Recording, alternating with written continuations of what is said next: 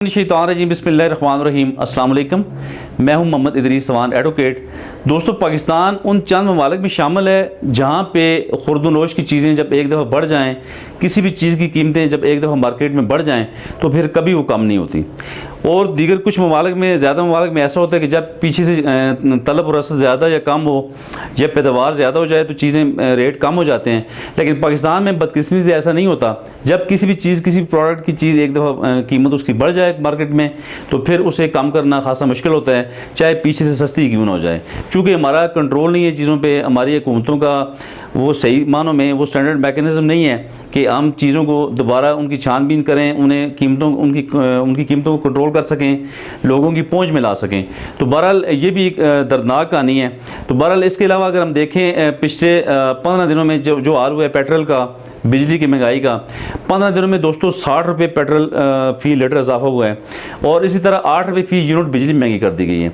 ये तमाम नज़ला जो है, तमाम कमोडिटीज़ पे, खाने पीने की अशिया पे, तमाम चीज़ें जितनी भी हम ख़रीदे होते हैं मार्केट में से, उन चीज़ों पे ये पेट्रोल का असर पड़ता है डायरेक्ट, चूँकि इसे हम किसी सूरत भी उसे रोक नहीं सकते। तो इसके अलावा अगर महंगाई पेट्रोल की कीमतों के साथ जुड़ी हुई है दोस्तों, अगर हम देखते हैं जी कि हर साल बजट के अलावा भी हम दरमियान में जब पेट्रोल महंगा हो जाता है तो चीज़ें उसके साथ जम कर जाती हैं, महंगाई ऊपर चली जाती है।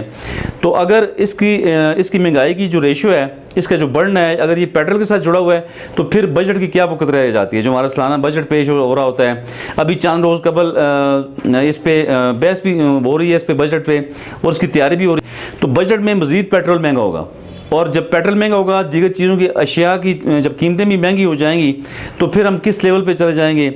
और जो गरीबों का, मैं समझता हूँ जो जीन है वो तो बिल्कुल महाल होकर रह गया है।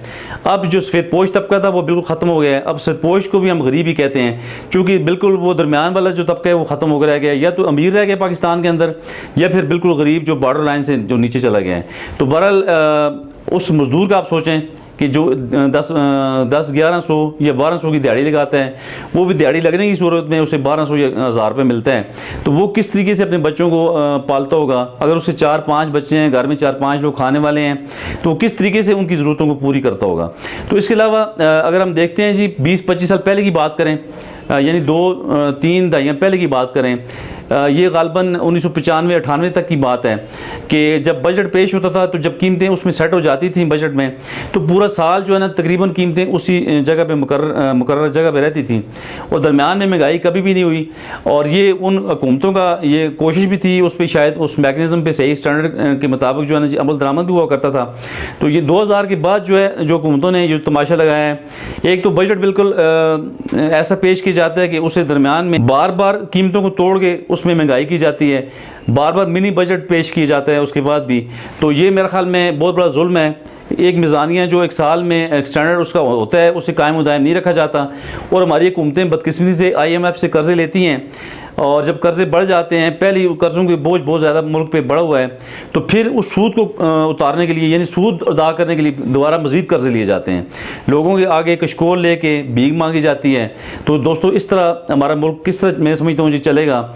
और अगर हम करप्शन पे कंट्रोल नहीं करेंगे, अगर हमारी हुकूमतें अपने गिरबानों में नहीं झांकेंगी, तो फिर मेरे ख्याल में पाकिस्तान में जीना बहुत मुहाल हो जाएगा। और पिछली हुकूमत ने करप्शन की खात्मे के लिए काफ़ी ज़्यादा कोशिश भी की थी, और किसी हद तक वो कामयाब भी हुए थे, और उन्होंने भी फिर महंगाई पे कंट्रोल नहीं कर पाए। तो फिर हमें उम्मीद ये थी कि अगली गवर्नमेंट जो दरमियान में आई है तो शायद ये हमारा कुछ रिलीफ हमें दे दे, लेकिन वो तो सिरे से ही बिल्कुल नाकाम हो गए हैं। तो इस तरह हुकूमतों का नाकाम होना, ये मैं समझता हूँ जी बेसिकल करप्शन का एक रिज़ल्ट है। जब तक हम करप्शन को इस मुल्क से खात्मा करप्शन का नहीं करेंगे, उस वक्त तक हम जो है ना जी किसी सूरत अपने मुल्क को सस्टेनेबिलिटी हम कायम नहीं रख सकते। तो इसलिए तमाम अदारों से गुजारिश यही है कि अपने अंदर रहते हुए एक तो अपने अंदर झांकें, अपने अंदर करप्शन को ख़त्म करें। दूसरा, तमाम शहरियों से गुजारिश है कि वो करप्शन के खात्मे के लिए हुकूमतों का साथ दें, और ख़ुद जो है ना जी जहाँ कहीं भी उन्हें कमी कोताही नज़र आती है तो ख़ुद इस पर बात करें, डिबेट्स करें, ताकि हम जो है ना जी अपने मुल्क को सस्टेन कर सकें और इस महंगाई की जो तूफ़ान है इसे हम रोकने में मदद कर सकें।